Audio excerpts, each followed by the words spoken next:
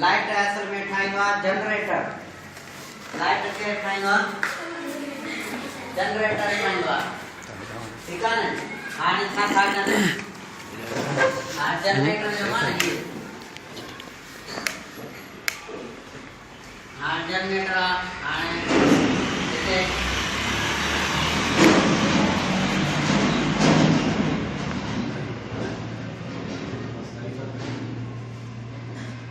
हिते मिसाल जनरेटर में पावर स्टेशन में एक लख 10,000 वोल्ट और 1,10,000 वोल्ट थी और गिर स्टेशन में घट थी 11,000 माना इतने गिर स्टेशन ये गिर स्टेशन में और 11,000 जैसे ट्रांसफार्मर रखल होगा ना वो 11,000 खंभ होगा। ठीक है अपने में कोने माथी और पहले ढिटी जो खंभ होगा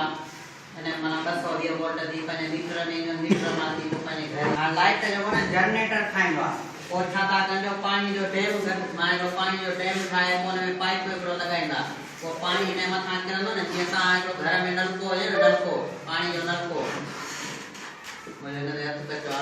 हाने एते फिरणी एटा रखना न पानी पड़ीना न पानी फिरणी जे एटा करंदो न तो फिरणी फिरंदी। हाने जनरेटर जा पर फिरंदा न को जनरेटर बिजली ठाए रखो आचे दी पने घर ताई असल में वो पानी वरी बदन में वने दो उन के रोटे फेराइंदा माना ठाए जनरेटर तो बिजली कोयले दे केला ठाए कोयले दे छा कना न एकड़ा टब में एटा पानी जा गड करे कोने दे एटा कोयलो बारीना को कोयलो बारनो पानी छा दिनो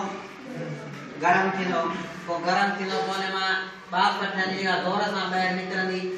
जेका आगे पाण के घर में एगो प्रेशर कुकर में जिमे गोश्त ठाईंदा है ओने मथा ता जो दिसो न दाई की फिरणी लगल होया एडी बाप में ताकत होया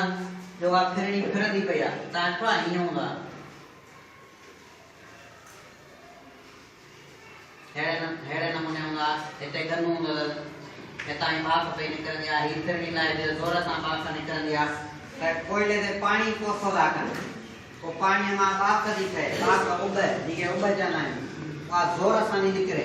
और में फिरनी उन्हें उबे दे वो जनरेटर फिरंदा ने तो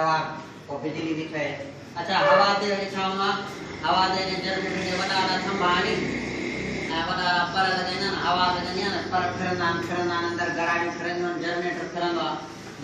फिरंदा तो बिजली फिर दिया। असल में बिजली ठाण में जनरेटर जो कम फेराने जा तरीका मुख्तलिफ है। जनरेटर छाए हां जनरेटर ता में छाए ता गाड़ी वायर छे जेका पखन में अंदर हुंदिया आर्मेचर वायर हां गाड़ी वायर हां तवाई अठे जी साइंस में जो प्रैक्टिकल है गाड़ी वायर प्रिंटा में दी मने वेड़ो ठाए हेते ताणो बल्ब नंढो एकड़ी तार है एकड़ी पे विच में ता चकमक के अते पोते कदो न तो बल्ब करंदो माना जनरेटर विच में चकमक के हमरे सामने की वायर के विच में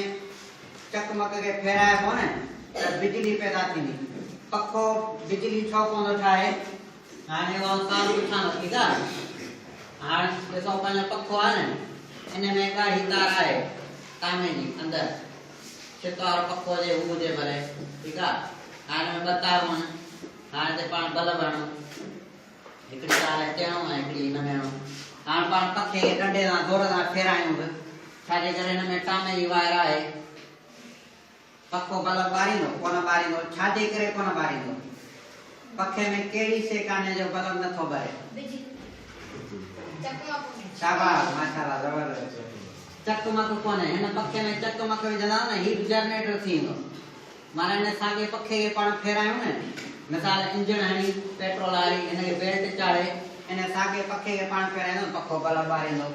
हां मिसाल पाण पेट्रोल है मिसाल नंढो जनरेटर